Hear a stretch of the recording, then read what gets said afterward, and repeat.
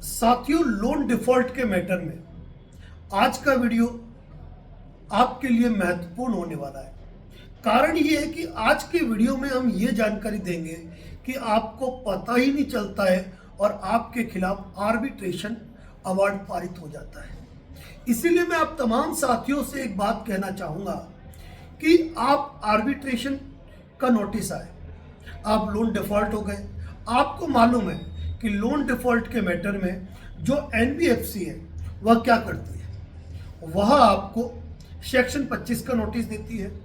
Recovery agent के जरिए loan की वसूली की कोशिश की जाती है, लेकिन अनसिक्योर्ड लोन के मैटर में जो कंपनियां होती है, एनबीएफसी होती है, वह मेन रूप से करती है आर्बिट्रेशन की कार्रवाई। जैसे कि आप हमारे वीडियोस में देख चुके हैं कि हम बताते हैं आपको कि बैंक क्या क्या लीगल स्टेप उठाती है। बैंक सेक्शन 25 का मुकदमा करती है।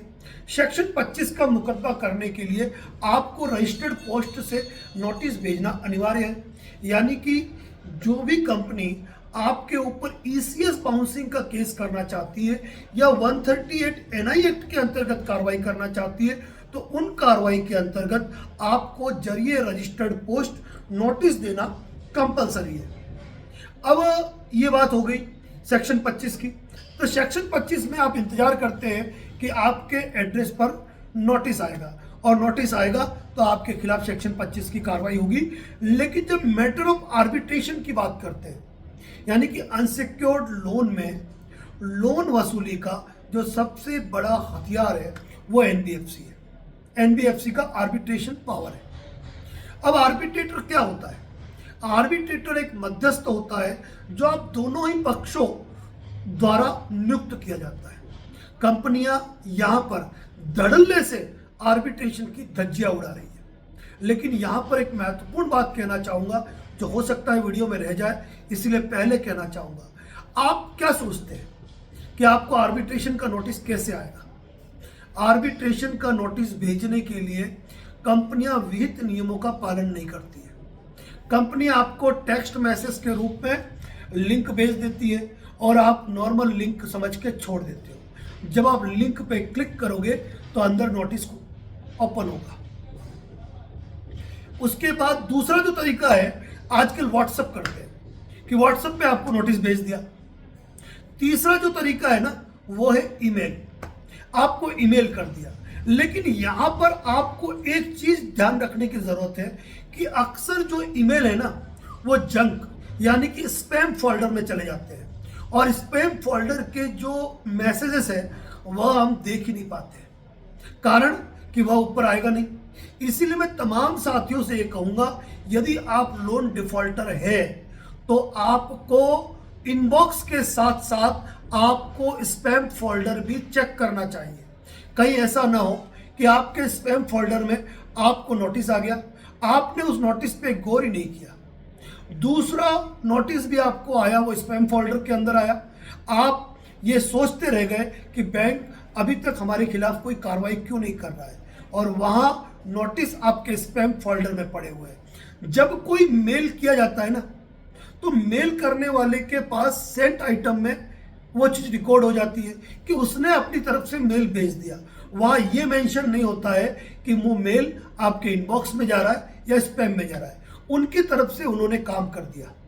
तो ऐसी स्थिति में यदि आप लोन डिफॉल्टर है ना, तो आपको टेक्स्ट मैसेज देखना है, आपको व्हाट्सएप मैसेज देखना है, लेकिन आप मेल चेक करें ना तो केवल इनबॉक्स के भरोसे ना रहे, वह आप स्पैम फोल्डर जरूर चेक करें। यह जानकारी हो सकता है आपको आज तक किसी यूट्यूब चैनल पर नहीं मिली हो, तो ये चीज आप ध्यान रखिए कि स्पैम फोल्डर आज ही चेक करें। दूसरी बात यह है कि कंपनी यदि विधि से काम करे, नियमों के अनुसार काम करे, तो वह आपको रजिस्टर्ड पोस्ट से भी नोटिस भेजेगी। अब यह होता है कि क्या सर आर्बिट्रेशन के हर नोटिस का जवाब देना जरूरी है? तो यहां मेरा जवाब है जी हां। आर्बिट्रेशन के मामले में आपको ये मान के चलना है कि आपको 2 से 3 बार या 4 बार भी रिप्लाई देना पड़ सकता है, और इसके लिए आपको तैयार रहना है। आप आर्बिट्रेशन में जिस भी एडवोकेट से, नियरेस्ट एडवोकेट से कांटेक्ट करते हैं, उनसे एक बार के लिए बात मत कीजिए। आप उनसे बात कीजिए कि सर ये पहला नोटिस आया है, हो सकता है इसके बाद दूसरा नोटिस आए, उसके बाद रिजोइंडर का रिप्लाई देना पड़े। जो भी रिप्लाई देना पड़े वो रिप्लाई आपको तैयार करना है, यानी कि जो भी बात आप करना चाहे वकील साहब से एक बार में और एक ही फीस में बात करें। दूसरा ये कहूंगा कि खुद वकील ना बने। अभी मुझे कमेंट्स में एक व्यक्ति ने सवाल किया था कि सर हम क्या लोन सेटलमेंट के लिए हम आर्बिट्रेटर को लिख सकते हैं? मुझे दुख के साथ ये बात कहनी पड़ेगी कि भले ही आर्बिट्रेटर अपने नोटिस में ये मेंशन करता हो कि उसका उस एनबीएफसी कंपनी से कोई भी नाता नहीं है, मैं उसका पैनल लॉयर नहीं हूं, हमारा कोई हितबद्ध संबंध नहीं है, लेकिन यहां पर यह बात भी आपको जाननी होगी, क्या किसी आर्बिट्रेटर ने आज तक 10 डिसीजन ऐसे दिए हैं जो लोनी कंपनी के खिलाफ दिए हो? तो यहां जवाब हमेशा ना में ही मिलेगा। इसीलिए आप भूल कर भी अपने आर्बिट्रेशन रिप्लाई में आप लोन सेटलमेंट करने की बात का निवेदन करें ही नहीं। आर्बिट्रेशन नोटिस एक टेक्निकल नोटिस है और उसका रिप्लाई भी आपको टेक्निकल बेस पे ही देना है और आर्बिट्रेशन एक्ट के अनुसार ही देना है।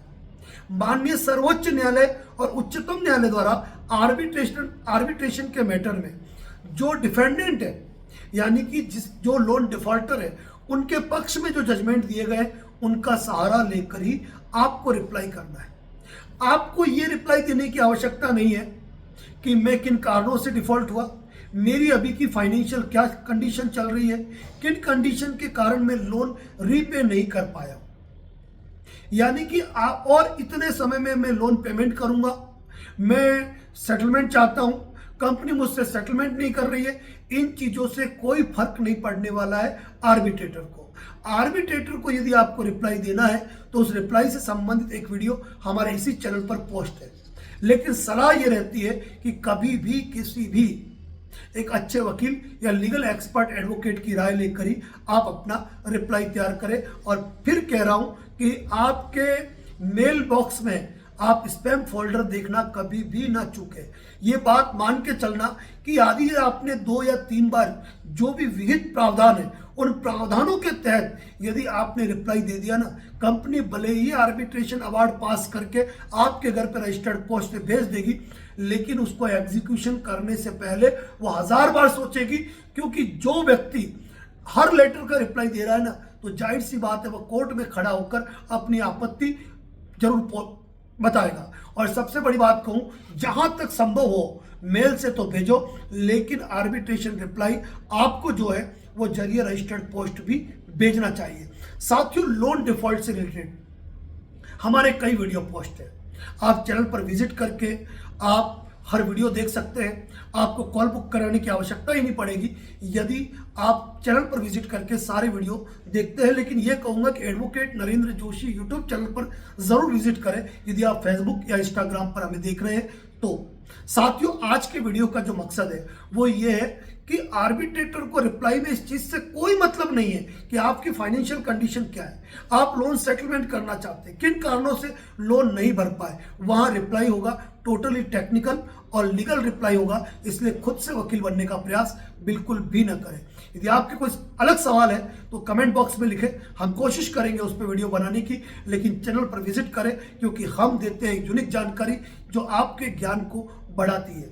साथियों, लोन डिफॉल्ट से ढेरों रिलेटेड वीडियो इस चैनल पर पोस्ट है, चैनल पर विजिट करें। और आपका कोई साथी, मित्र, चिर परिचित रिश्तेदार यदि लोन के दलदल में फंसा है ना, तो उसको ये वीडियो जरूर शेयर करें। साथियों, ये भी ध्यान रखें, कई आर्बिट्रेटर अपना नोटिस भेजते हैं ना, तो वहां अपना एड्रेस तक नहीं लिखते हैं, ईमेल आईडी तक भी नहीं लिखते, तो वहां ये देखना है कि किस जगह से आपको डाक आई है। अगर फ्रॉम में आया है तो वहां पे फ्रॉम में जो पोस्ट आई है वहां पर रिप्लाई करें, और जिस मेल आईडी से आया है उस मेल आईडी को रिप्लाई करें। और इसके बाद भी ये चीज नजर नहीं आ रही है ना, तो आप कंपनी को इस चीज का ऑब्जेक्शन लिखते हुए आप कंपनी को रिप्लाई करें कि आपने कौन सा आर्बिट्रेटर नियुक्त किया है जिन्होंने अपनी ईमेल आईडी, अपना रजिस्टर्ड पोस्ट भी मेंशन, रजिस्टर्ड ईमेल आईडी भी मेंशन नहीं की है। आपको आर्बिट्रेशन नोटिस तरीके से पढ़ना चाहिए, जवाब आपको उसी आर्बिट्रेशन नोटिस में मिलेगा कि हमें क्या जवाब देना है। धन्यवाद। जय हिंद, जय भारत, जय मेवाड़।